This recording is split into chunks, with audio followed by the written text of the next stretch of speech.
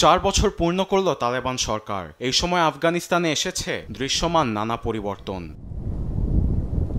2021 সালের 15 অগস্ট রাজধানী কাবুল দখলের মাধ্যমে তালেবানরা ক্ষমতার মসনদে বসে।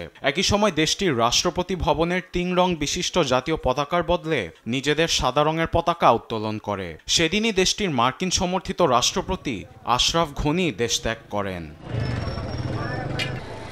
7 আগস্ট দেশটির ভারপ্রাপ্ত প্রধানমন্ত্রী হিসেবে মোল্লা হাসান আখন্দ দায়িত্ব গ্রহণ করেন। এরই মাঝে দেশটির শাসন ব্যবস্থায় বড় ধরনের পরিবর্তন আসে। তালেবানরা ক্ষমতা আসার পর সবচেয়ে বড় পরিবর্তন আসে নারীদের জীবনে। শরিয়া আইন কার্যকরের অংশ হিসেবে শিক্ষা প্রতিষ্ঠানসহ বিভিন্ন স্থানে নারীদের উপস্থিতি সীমিত করা হয়। আন্তর্জাতিক সংস্থাগুলো একে লিঙ্গভিত্তিক বৈষম্য হিসেবে অভিহিত করে। জাতিসংঘ মহাসচিব অ্যান্টোনিও গুতেরেস তার এক বক্তব্যে বলেন, আফগানিস্তানের বর্তমান পরিস্থিতির গভীরতা ভাষায় প্রকাশ করা সম্ভব নয়। দেশটিতে যা হচ্ছে সেটি বর্তমান সময়ে সবচেয়ে বড় মানবতার সংকট। দেশটিতে একের পর এক নারীদের অধিকার লঙ্ঘন করা হচ্ছে। দীর্ঘদিন আমেরিকার ছত্রছায়া থেকে তালেবান শাসনের সূত্রপাত হওয়ার পর প্রথম আঘাত আসে দেশটির অর্থনীতির উপর।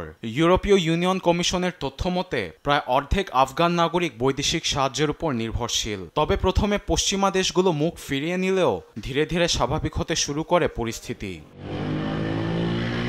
তালেবান শাসনকে সংখ্যালঘু অধিকার, নারী স্বাধীনতা এবং গণতান্ত্রিক প্রতিষ্ঠানগুলোর জন্য হুমকি মনে করছেন আন্তর্জাতিক বিশ্লেষকরা। রিপোর্টার্স উইদাউট বর্ডারের মতে অনেকাংশেই খর্ব হয়েছে দেশটির গণমাধ্যমের স্বাধীনতা। তবে তালেবানদের দাবি, তারা মসনদে বসার পর হ্রাস পেয়েছে সশস্ত্র সংঘাত, আর অনেকাংশেই দুর্নীতির মাত্রাও কমেছে বলে দাবি করেছে তারা। নিউজ ডেস্ক, দেশ টিভি।